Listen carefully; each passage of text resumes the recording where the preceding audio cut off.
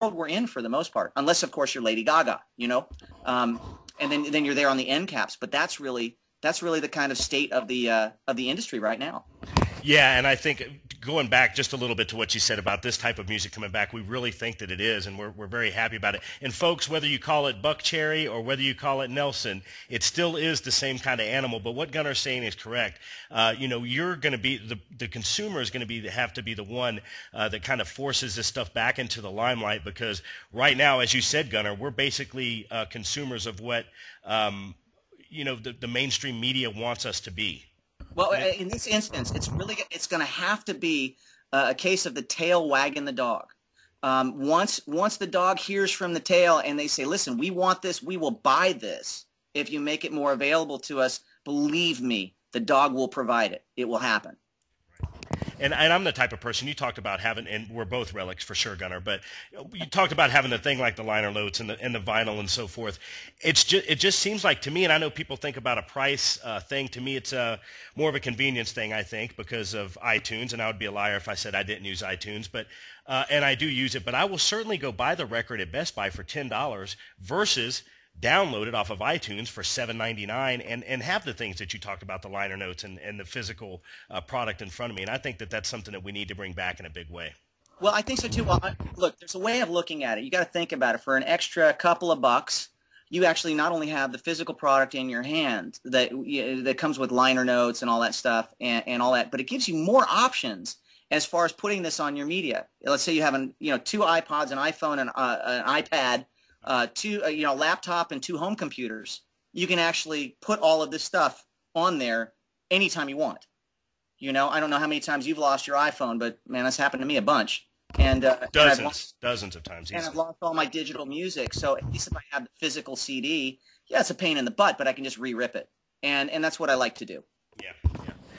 Folks, I want to give a public thank you. I've mentioned her name a couple of times in the interview. I want to give a public thank you to Liz Motley. She handles the publicity for, maybe not all of it, but some of it as far as I was concerned, for Nelson, for both Gunnar and Matt, and I want to give her a very public thank you. She did a lot of work in putting this thing together, and it was a real pleasure and honor for us to have Gunnar sit down with us. We were told 15 minutes, but I guess just as a tribute to my awesome interview skills, we've gone almost 30.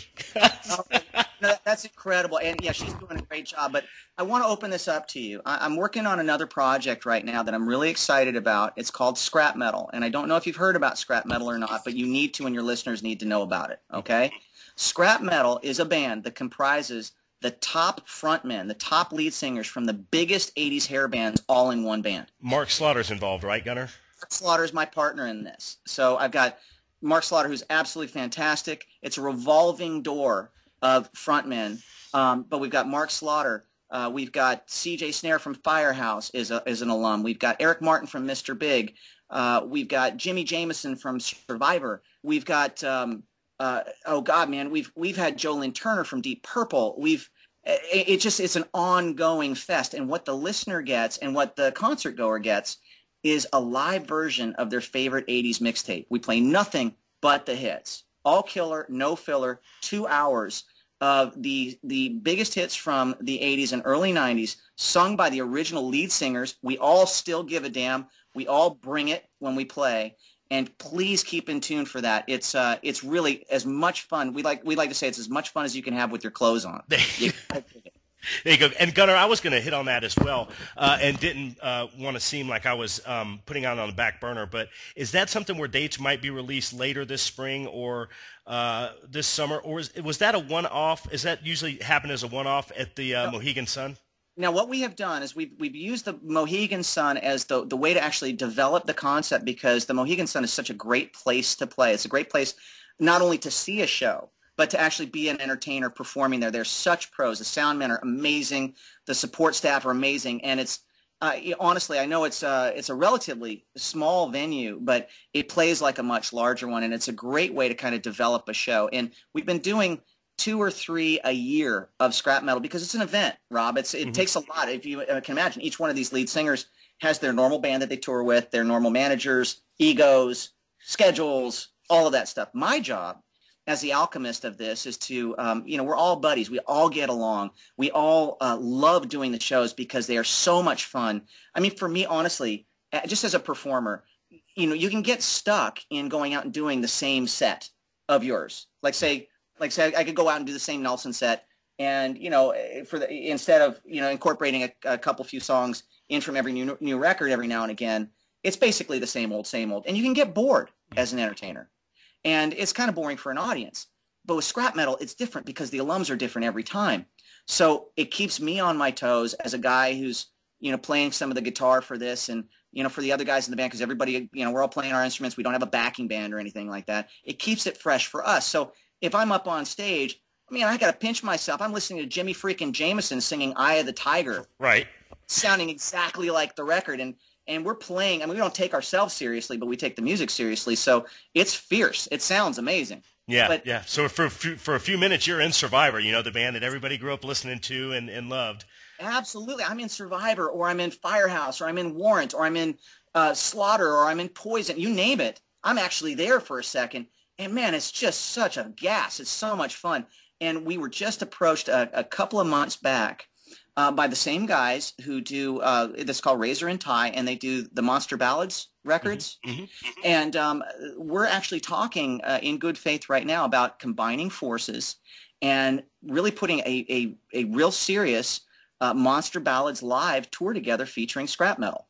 Now, if that's the case, we're planning on doing 60 dates in some of the bigger places. So you heard it here first. That's what I'm working towards. And honestly, that would be incredible fun.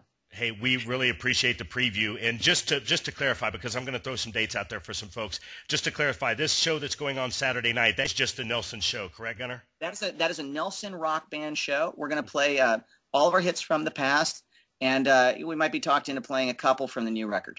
Right. Okay.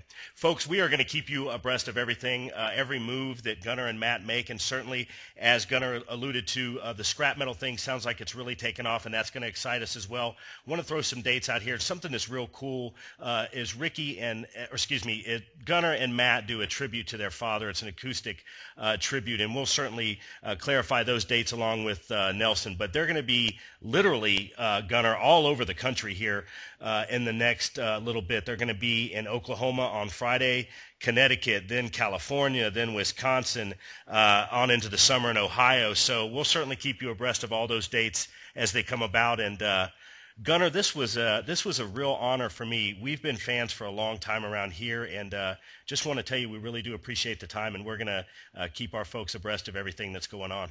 Hey, Rob, thank you so much, and I do appreciate the ongoing support. You got my Skype info. Please Skype me, and let's keep this going, and I'll keep you informed as we go, and I'll keep all your listeners abreast of things before anybody else hears about it, okay? Sir, it'll be my very deep pleasure to do just that. I appreciate all your time today. Well, thanks a lot. Take good care. Hey, you too, Gunnar. Take care. All right, bye-bye. Bye-bye.